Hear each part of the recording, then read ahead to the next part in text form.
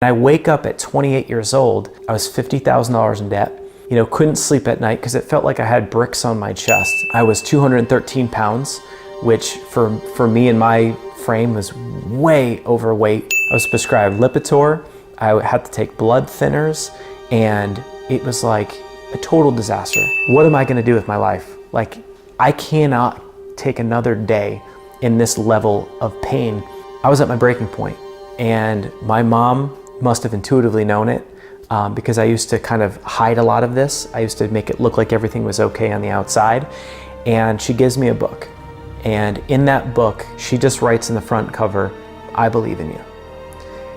And it was in that moment, I'll never forget looking at the book. It gave me hope when I didn't have it. It gave me the possibility of a future that was bright when it seemed so dark and dim and nasty and just terrible all around me.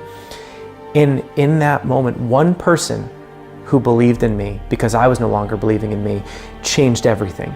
And I took that in, and I remember crying, and I remember reading it, and I just kept reading it over and over. "I believe in you." And I kept picturing my mom. She would always say, "You can do anything you put your mind to," over and over and over. I said, you know what? This is my choice point. I get to either allow this situation to break me. I just give up on my dreams forever, and I do what everyone else is telling me to do. Everyone else is telling me to go get a job. Everyone else is telling me you're not good enough. People are laughing at me. And instead I said, you know what? I'm gonna borrow my mom's belief. Even though I'm 28 years old, between 28 and 30, I'm gonna set a date. And I had always wanted to sell a business by the time I was 30, but I'm gonna set a date and I'm gonna actually declare it. I'm gonna tell people that I'm gonna build and sell a company before I turn 30 years old. I got a tattoo on my chest with a goal on it, a cross, and inside the middle of that cross, it says "Believe 2012" backwards. So if you look at me, you're like, what's that on your chest? What does that say? But in the mirror, every single day, I could look at myself, and every single day, I would look at it and just say, before I turn 30, I will have sold a business, and I will have achieved my dreams, and this is what my life will be like. And got into action. Started a business, people thought I was crazy, and I just kept pressing forward, and within 2 years, right before I turned 30, I sold the whole company before I turned 30, exactly like the tattoo stated. What I never would have expected in a million years was that it felt so empty. And it felt so empty because I didn't have anybody to enjoy it with. I was by myself. It was just me. I started crying, and I started thinking that I can't believe that I don't feel fulfilled by this.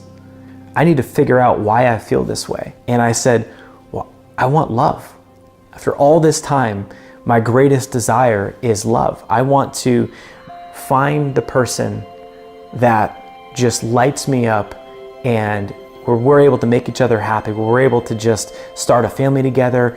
Like, I want to feel that unconditional love. So I just started writing. I just started writing and writing all of the things that I wanted. Dark hair and green eyes and the most beautiful woman that I've ever seen in my life. And I made that declaration, and I made that commitment. I'm gonna be engaged in the next 12 months, and read the letter every single day. When I'd come home from a blind date that was a total disaster, I would read that letter. When I'd come home after getting catfished, I would read that letter. I just had this full faith that it was gonna happen. Fast forward, in February, just a few months later, it was a completely random situation where I picked up my phone and the Tinder app was open.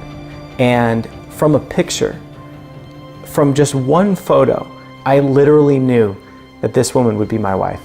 Everything I had written about in my letter, the dark hair, the green eyes, like all of these things, like being so beautiful. And we went out on our first date. When we met, it was like everything that I had like seen in the movies. It was like we just stopped.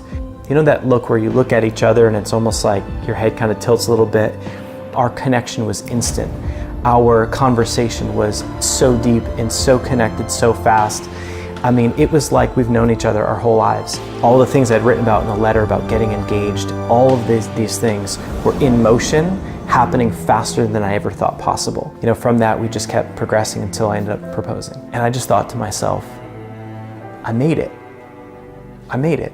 This is what my mother saw in me. This is what I have been dreaming about since I was a little boy. I made it.